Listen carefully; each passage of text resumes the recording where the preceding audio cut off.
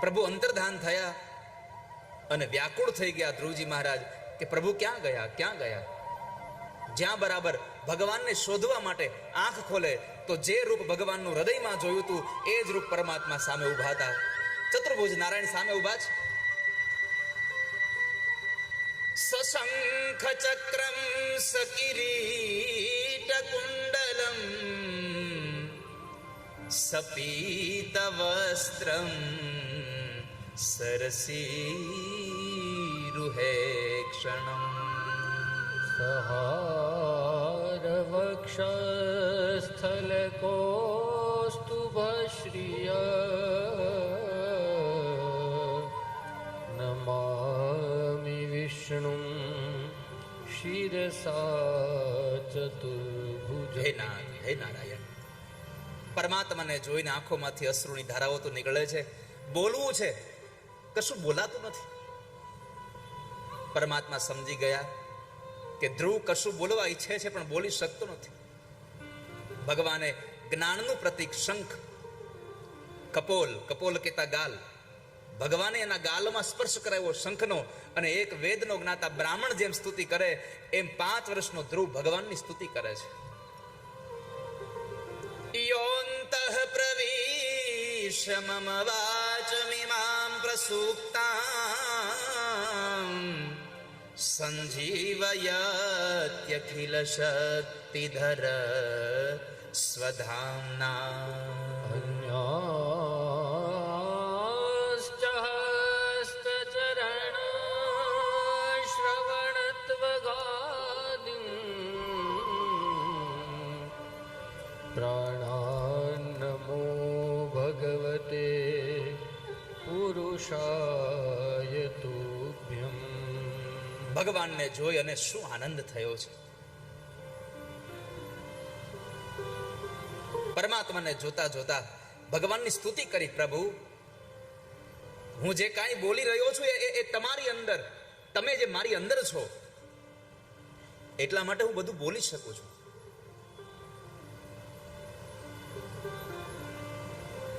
નહીં તો હું બોલી ન શકું. યોંતઃ પ્રવિશ્ય મમ વાચ મીમાં પ્રસુપ્તા. મારી ભીતરમાં તમે છો, અને આપણી ભીતરમાં ભગવાન ન હોય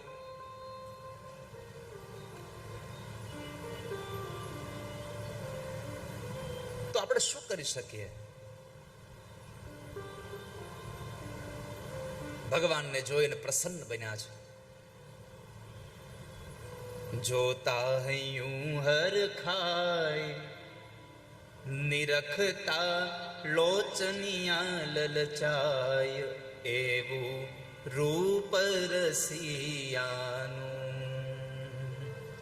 ભગવાનનું રૂપ જોયું, પરમાત્માને જોયા, અને પરમાત્માને જોઈ અને આનંદિત થયેલા એ ધ્રુવજી મહારાજ ભગવાને કહ્યું, માગો ધ્રુવ, શું આપું તમને?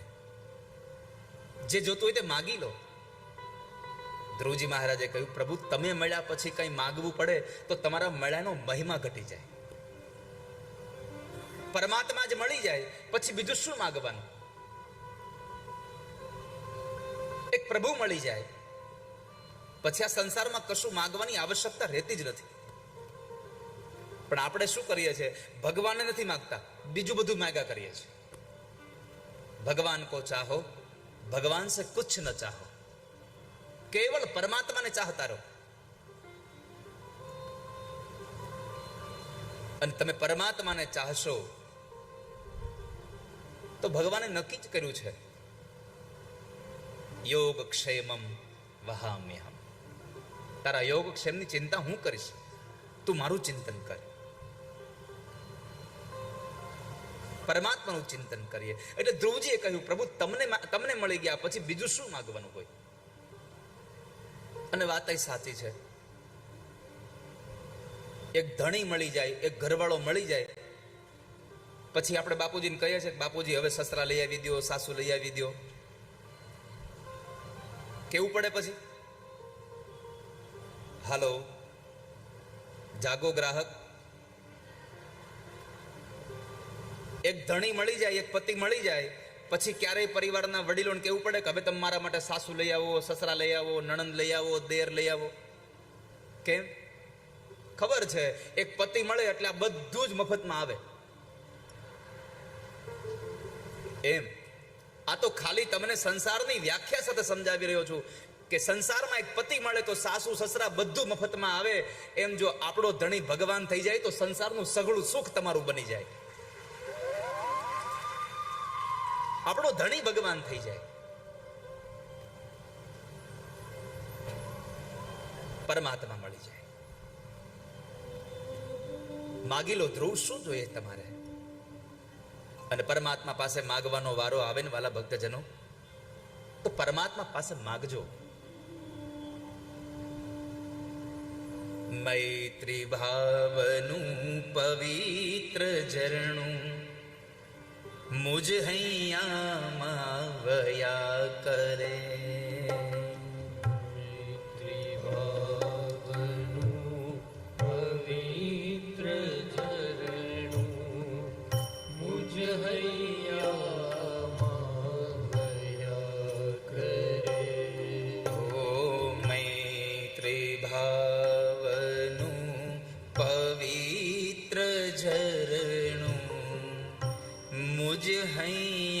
હૈયામાં વયા કરે. ત્રિભાવનું પવિત્ર ઝરણું મુજ હૈયામાં વયા કરે. આશરો હોય અને આ સંસારમાં કોઈ કશું કરી નથી શકતું. આ સંસારમાં મહાભારત એમ કહે છે કે જે ભગવાનનો ભક્ત છે એનું કોઈ પણ પ્રકારે કોઈ અશુભ ન કરી શકે. જે પરમાત્માનો ભક્ત છે, ઈશ્વરનો ભક્ત થયો તો બાજી સવળી પડી જાય.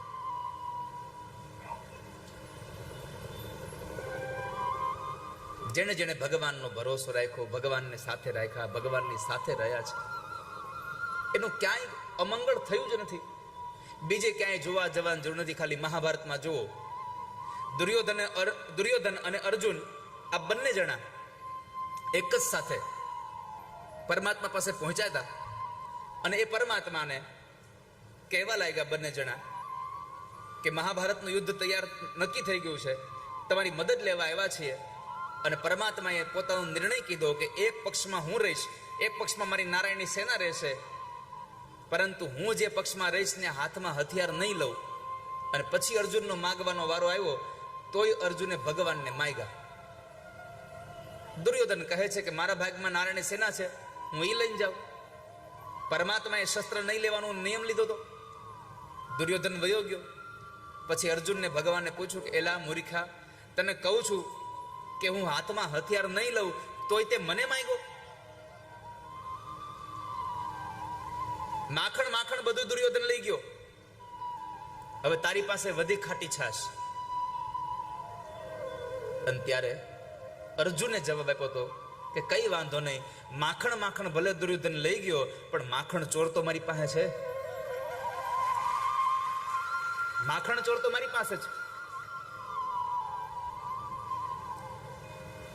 પરમાત્મા તમારી સાથે હોય તો શું ન થાય તમારાથી?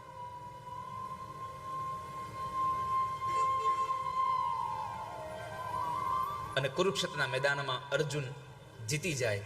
કેમ? ભગવાન સાથે હતા. ભગવાનમાં ભરોસો હતો કે તમે શસ્ત્ર નહીં લો પણ મને ખબર છે છતાં મારું રક્ષણ થશે. અહીંયા પ્રહલાદને ભરોસો હતો ભગવાનમાં. અને એવા સમયે પછી હિરણ્યકશિપુએ વૈશાખ મહિનાની અંજવાળી 14ના દિવસે પ્રહલાદને બોલાવી અને પૂછ્યું, સંધ્યાના સમય ક્યાં છે તારો નારાયણ? પ્રહલાદે કીધું, પિતાજી ક્યાં છે મારો નારાયણ? આવું ન પૂછો, ક્યાં નથી મારો નારાયણ?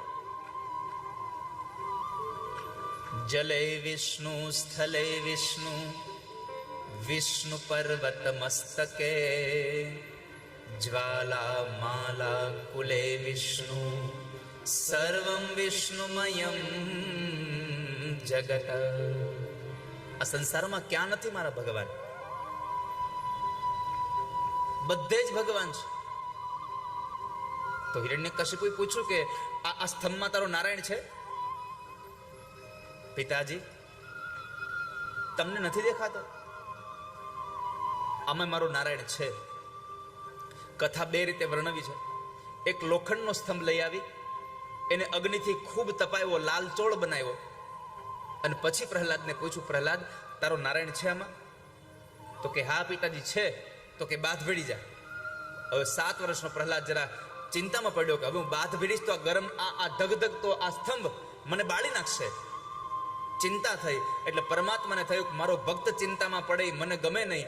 એટલે પરમાત્માએ એ લોખંડના સ્તંભ ઉપર નાની એવી કીડીઓની હારમાળા ઊભી કરી અને પ્રહલાદને સંકેત આપ્યો, પ્રહલાદ, જો નાની કીડીઓને બચાવી શકતો હોવ તો તને બચાવી લઈશ, બાથ ભીડી જા.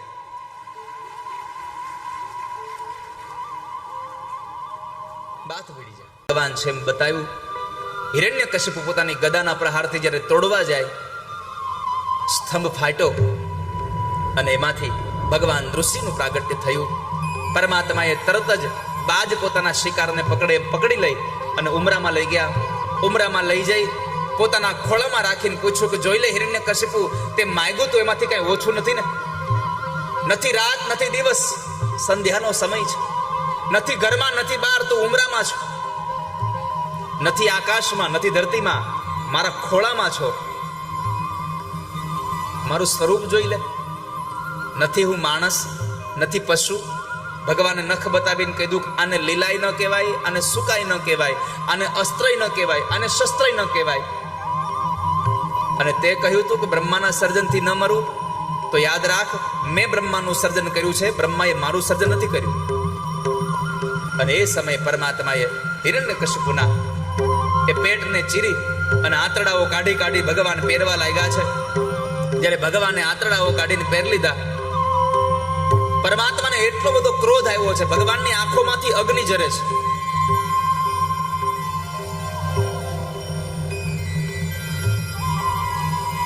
દેવતાઓ સ્તુતિ કરે ભગવાનને શાંત કરવા માટે.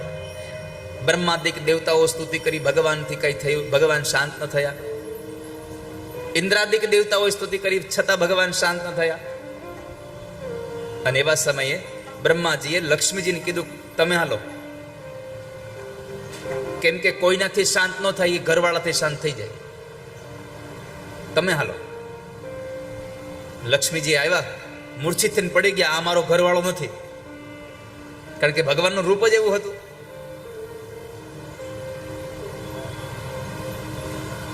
કોઈનાથી ભગવાન શાંત ન થયા. ત્યારે બ્રહ્માએ પ્રહલાદને કીધું, પ્રહલાદ, તારા માટે ભગવાન આવ્યા છે, તું ભગવાનને સ્તુતિ કર, તું પરમાત્માને સ્તુતિ કરી દે. અને પ્રહલાદજી આવીને ભગવાનની સામે ઉભા રહ્યા, બે હાથ જોડીને પરમાત્માને પ્રાર્થના કરે છે. બ્રહ્માદય સુરગણા મુનયોથ સિદ્ધા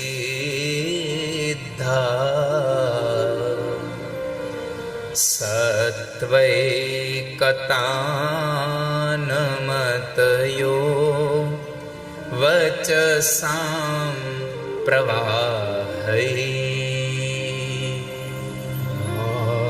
આરાધિતું પુરગુણે રધુના પિપીપ્રો કિં તોષ્ટુમર્હતિ સમે હરિરુગ્રજાતે. પ્રભુ, હું તો અસુર કુળમાં જન્મેલો છું. બ્રહ્માદિક દેવતાઓ તમારા ગુણાનુવાદ ન ગાઈ શકે તો હું શું ગાઉં તમારી સ્તુતિ? પણ મેં એટલું સાંભળ્યું છે, એટલું જાણ્યું છે કે તમે રૂપ, બળ, યશ, વૈભવ, સંપત્તિ, ધન આ કોઈનાથી પ્રસન્ન થનારા નથી. તમે કેવલ પ્રાર્થનાથી પ્રસન્ન થનારા છો. હું તમારી પ્રાર્થના કરું છું, હે નાથ, આપ શાંત થાવ, આપ શાંત થાવ. અને પ્રહલાદની પ્રાર્થનાને લઈ, જોકે ભાગવતમાં તો બહુ બધા ભગવાનના ભક્તોએ ભગવાનની સ્તુતિ કરી છે, પણ સૌથી મોટી કોઈની સ્તુતિ હોય તો એ પ્રહલાદની છે. કારણ ભગવાન ક્રોધમાં હતા, અને ક્રોધમાં હોય એને શાંત કરતા થોડીક વાર લાગે. એટલે 44 શ્લોકોમાં સ્તુતિ કરી અને એમને શાંત કર્યા.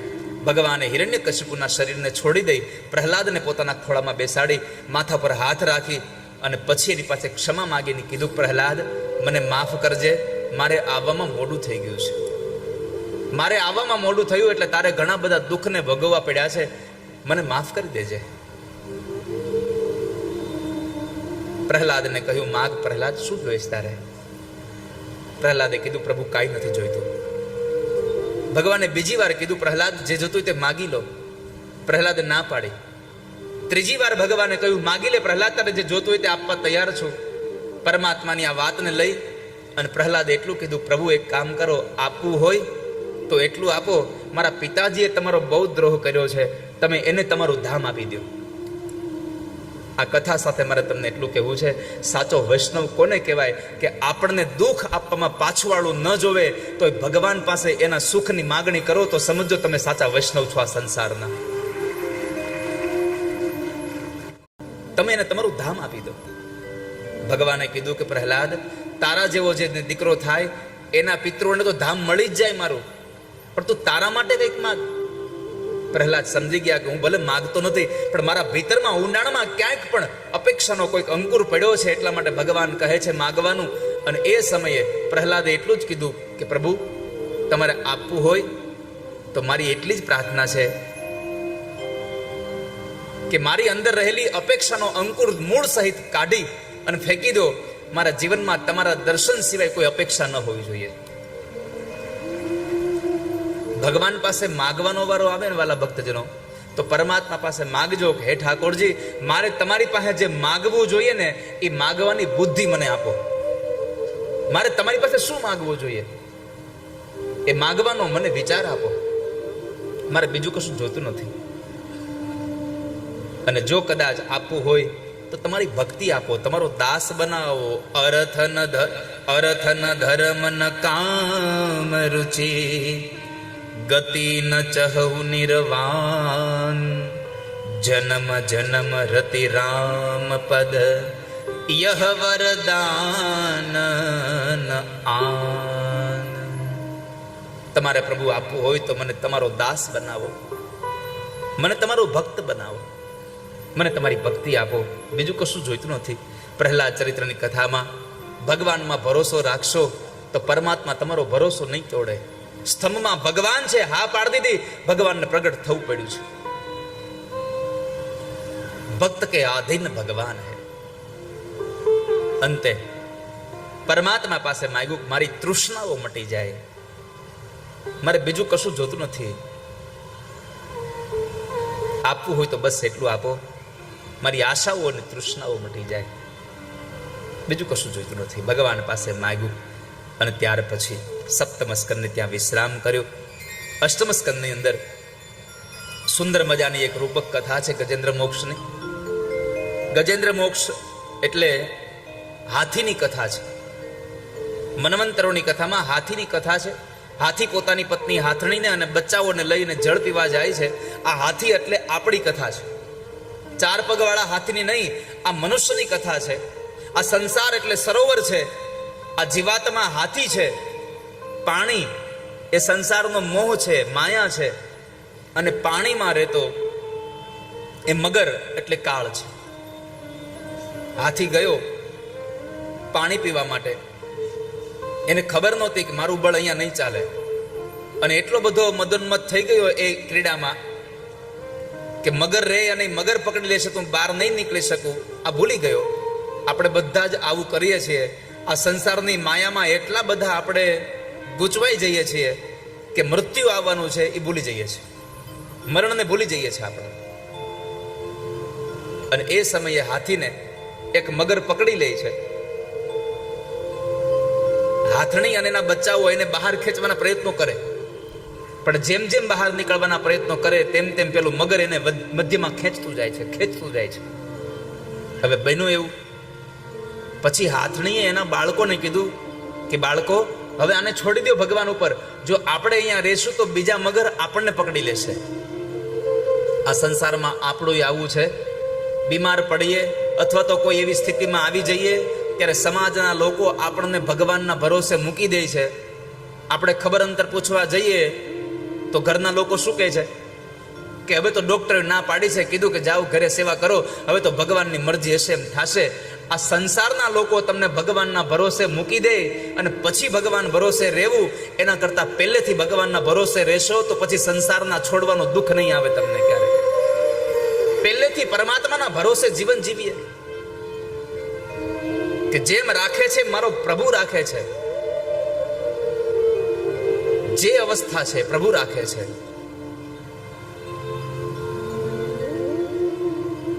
હાથને અને બાળકો બહાર નીકળી ગયા. હાથીએ બહુ પ્રયત્ન કર્યા પણ હાથી બહાર નીકળી ન શક્યો. પોતાનું બળ હતું ત્યાં સુધી કોઈને પણ યાદ ન કર્યા. જેવું પોતાનું બળ એમ લાગ્યું કે હવે મારાથી નહીં ચાલે કાંઈ, હવે મારાથી કશું નહીં થાય. અને ત્યારે પરમાત્માને યાદ કર્યા છે, ત્યારે ભગવાનને યાદ કરે છે.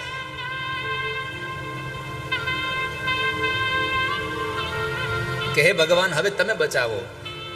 જબ લગ ગજ અપનો બરતિયો નેક સરીકો નહીં કામ, નિર્બલ હૃદય બલરામ પુકાર્યો આયે આધે નામ. પરમાત્માને બોલાવ્યા. હજી તો ભગવાન માટે હરિ શબ્દ બોલે, હ બોલે ત્યારે ઠાકોરજી દ્વારિકામાં હતા અને રી બોલાયો ત્યાં ગજેન્દ્રએ ભગવાનનો હરિ શબ્દ ઉદ્ગાર્યો તો મગરનું મસ્તક ભગવાને કાપી નાખ્યું હતું. કેમ? પ્રાર્થના અંતરમાંથી થઈ હતી. ઈશ્વરની પ્રાર્થના જ્યારે ભાવથી જાગે, એક પછી એક અંગ ડૂબવા લાગ્યા હતા.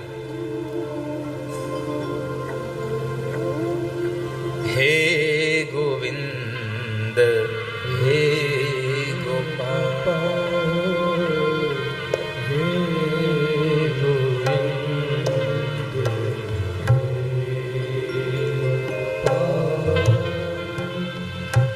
अब तो जीवन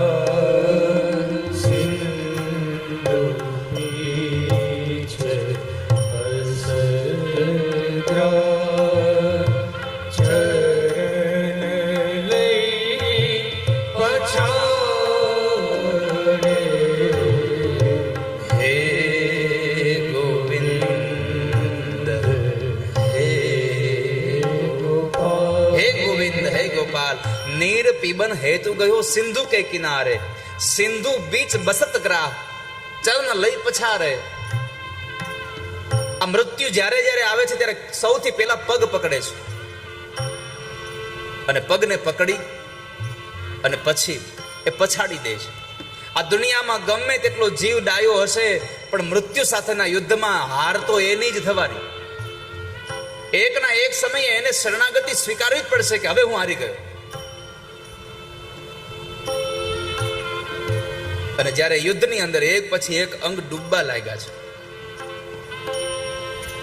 4 પ્રહર સુધી યુદ્ધ ચાલ્યું છે.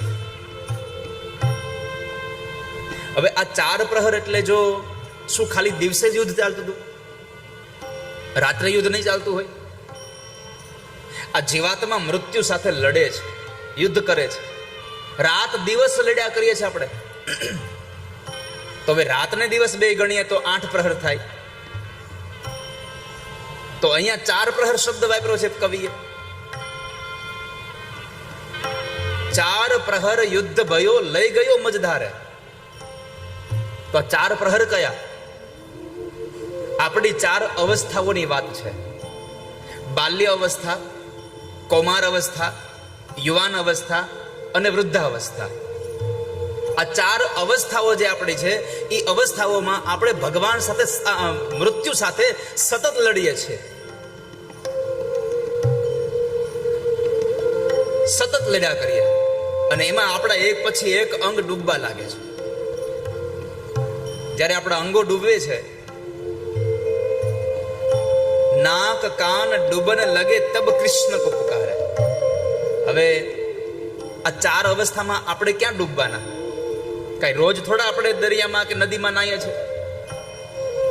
પરંતુ આ એક પછી એક અંગ જેમ જેમ ક્ષીણ થતા જાય એ ડૂબતા ગયા. આંખે દેખાવાનું ઓછું થાય, કાને સંભળાવાનું ઓછું થાય, માથાના વાળ ધોળા થઈ જાય, ગોઠણથી પગ ન ચાલે, કમરથી વાંકો વળી જાય.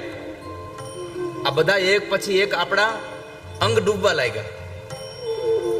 અને એમાં છેલ્લી ગતિ નાક ડૂબવાનો વારો આવ્યો. જ્યારે હાથીની સૂંઢ ડૂબવાનો વારો આવ્યો ત્યારે ભગવાનને યાદ કર્યા. આપણે બધા પણ એવું જ કરીએ.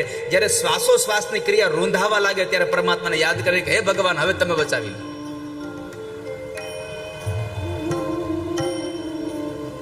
અને ગજેન્દ્રને જ્યારે છેલ્લી અવસ્થા આવી, હમણાં હું મરી જઈશ હવે, અને પછી પરમાત્માને યાદ કર્યા, હે ગોવિંદ, હે નારાયણ, હે હરિ. સરોવરની મધ્યમાંથી નીકળેલો અવાજ ક્યાં પહોંચ્યો? દ્વારિકામાં. દ્વારિકા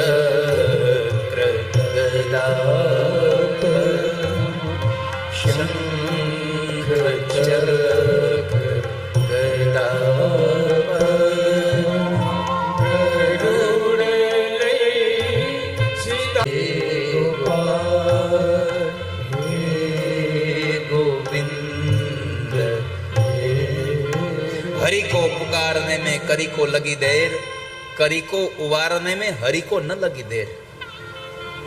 પરમાત્માને બોલાવવા માટે થઈને ગજેન્દ્રને મોડું થયું, પણ ભગવાનને આવવામાં મોડું ન થયું. આવતાની સાથે પરમાત્માએ બંને જણાને કિનારે લઈ આવી અને સુદર્શન ચક્રથી ભગવાને મગરનું મસ્તક કાપી નાખ્યું, જુડનું મસ્તક કાપ્યું. હું નામનો ગંધર્વ પ્રગટ થયો અને પરમાત્માએ હાથીને સ્પર્શ કર્યો તો ઇન્દ્રદ્યુમ્ન નામનો રાજા પ્રગટ થયો. અગત્ય ઋષિના શાપથી એ રાજા હાથી બન્યો હતો અને દેવલ ઋષિના શાપથી હું નામનો ગંધર્વ એ મગર બન્યો હતો. આ બેવનો ભગવાને ઉદ્ધાર કર્યો. હવે આપણે એમ કહેશું કે મગરને માર્યો અને હાથીને બચાવ્યો, પણ એક વસ્તુ યાદ રાખજો, ભગવાન મારે ઉસકા ભી ભલા ઓર ભગવાન બચાએ ઉસકા ભી ભલા. પરમાત્માએ ઝુંડને મારીને ઉદ્ધાર કર્યો, ગજેન્દ્રને બચાવીને ઉદ્ધાર કર્યો. પરમાત્મા સૌનો ઉદ્ધાર કરવા માટે આવે છે. હરિને બચાવ્યો, હરિ અવતાર થઈ અને ગજેન્દ્રને ભગવાને ઉદ્ધાર કર્યો. ત્યાર પછી સમુદ્ર મંથનની કથા છે કે જેમાં દેવ અને દાનવે ભેગા મળી અને મંથન કર્યું અમૃત માટે. પણ ઝેર નીકળ્યું, ભગવાન મહાદેવને આપ્યું. રત્નો નીકળ્યા, દેવતાઓ લઈ ગયા. કામધેનુ ગાય નીકળી, ઋષિમુનિઓને આપે છે. ઐરાવત હાથી ઇન્દ્ર લઈ જાય છે. લક્ષ્મીજી નીકળ્યા, સ્વયંવર થયો, ભગવાન નારાયણને પરિણ્યા છે. અને પછી જ્યારે અમૃત નીકળે તો એ અમૃતનો કુંભ લઈને આવેલા ભગવાન દેવતાઓને આપે છે અને દેવતાઓના હાથમાંથી ઝૂંટવી લઈ અને દાનવો વયા ગયા. તો ભગવાને મોહિની સ્વરૂપ ધારણ કરી અને દાનવોને છેતરી અને ફરી પાછું અમૃત દેવતાઓને પીવડાવ્યું. દેવતાઓ અમૃત પી અને અમર બન્યા, પણ અભય ન બન્યા. અમૃત પીવે એ અમર બને અને ભગવાનની કથામૃતનું પાન કરે એ અભયત્વને પ્રદાન અભયત્વ પામી જાય છે. અમૃત કરતા ભગવાનનું કથામૃત બહુ મોટું છે. તો એ પરમાત્માએ અને એની અંદર જ્યારે અમૃત માટે થઈ અને ઝઘડો થયો દેવ અને દાનવની અંદર, તો પેલા દાનવો મૃત્યુ પામ્યા, પણ શુક્રાચાર્યએ બધાને સજીવન કર્યા. અને બીજી વખત યુદ્ધ થયું ત્યારે ઇન્દ્ર બલિરાજાની પાસે હારી જાય છે અને ઇન્દ્રાસન બલિ પાસે ગયું. બલિએ પોતાના ગુરુદેવને પૂછ્યું શુક્રાચાર્યને કે આ ઇન્દ્રાસન મારી પાસે ટકી રહે એના માટે મારે શું કરવું જોઈએ? તો કહ્યું 100 વિશ્વજિત યજ્ઞ કરવા જોઈએ. અને એમણે ભૃગુ કચ્છમાં નર્મદા નદીના કિનારે, અત્યારે ભરૂચમાં, હાલનું ભરૂચ, એ ભરૂચની અંદર નદીના કિનારે યજ્ઞનો પ્રારંભ કર્યો. અને એ યજ્ઞમાં 1 યજ્ઞ, 2 યજ્ઞ, 3 યજ્ઞ, આમ કરતા કરતા 99 યજ્ઞ પૂરા થયા. 100મો અશ્વમેધ યજ્ઞ ચાલે. અને એ યજ્ઞની અંદર જો યજ્ઞ સમાપન થઈ જાય તો બલિરાજા ઇન્દ્ર બની જ જાય, એમાં સંશય નથી. એટલે આ બાજુ દેવોની માતા અદિતિએ ફાગણ મહિનામાં 12 દિવસનું પયવ્રત કર્યું. અને એ વ્રતની અંદર ભગવાન જ્યારે પ્રસન્ન થયા અને પરમાત્માએ માગવા કહ્યું તો કહ્યું મારા દીકરાઓનું દુઃખ દૂર કરો પ્રભુ. ભગવાન કહે છે અત્યારે હું એને કંઈ કરી નહીં શકું, અત્યારે એ બલિ મારું યજન કરે છે, પણ તમે ચિંતા ન કરો, તમારું કરેલું વ્રત નિષ્ફળ નહીં જાય. અને પછી પરમાત્માએ કહ્યું કે હું મારી ન શકું તો કાંઈ નહીં, એની પાસે હું માગી શકું, એટલા માટે હું ઉપેન્દ્ર બનીને યાચક બનીને આવીશ. અને ભગવાન ચતુર્ભુજ નારાયણના રૂપમાંથી અંતર્ધાન થઈ અને ભગવાન નાના એવા બાળકના રૂપની અંદર ભગવાન વામનનું પ્રાગટ્ય થયું છે. બોલીએ વામન ભગવાન કી જય. ભગવાન વામન પ્રગટ થયા અને વામન અવતારમાં દેવતાઓ આવી, કોઈએ મૂંજની મેખલા આપી, કોઈએ મૃગચર્મ આપ્યું, કોઈએ દંડ આપ્યો, કોઈએ કમંડળ આપ્યું, કોઈએ શ્વેત છત્ર આપ્યું. બ્રાહ્મણોએ યજ્ઞનો કોઈ સંસ્કાર કરાવ્યા અને માં અન્નપૂર્ણાએ ભિક્ષા આપી. અને ત્યારબાદ બ્રાહ્મણોએ કહ્યું કે તમે આટલી ભિક્ષા કેમ લઈ આવ્યા બટુક? થોડીક વધારે ભિક્ષા લઈ આવો, થોડીક જાજી ભિક્ષા લઈ આવો. તો કહે છે ગુરુદેવ કોઈ મોટો દાનવીર બતાવો તો વધારે ભિક્ષા લઈ આવો. તો કહે છે તમે જાઓ ભૃગુ કચ્છમાં, બલિરાજા યજ્ઞ કરે છે એની પાસેથી બધું માગી લાવો. અને પરમાત્મા બલિરાજા પાસે ગયા છે. વિષ્ણુ વામન બની ચાલિયા રે, વિષ્ણુ વામન બની ચાલિયા રે, વિષ્ણુ વામન બની ચાલિયા રે,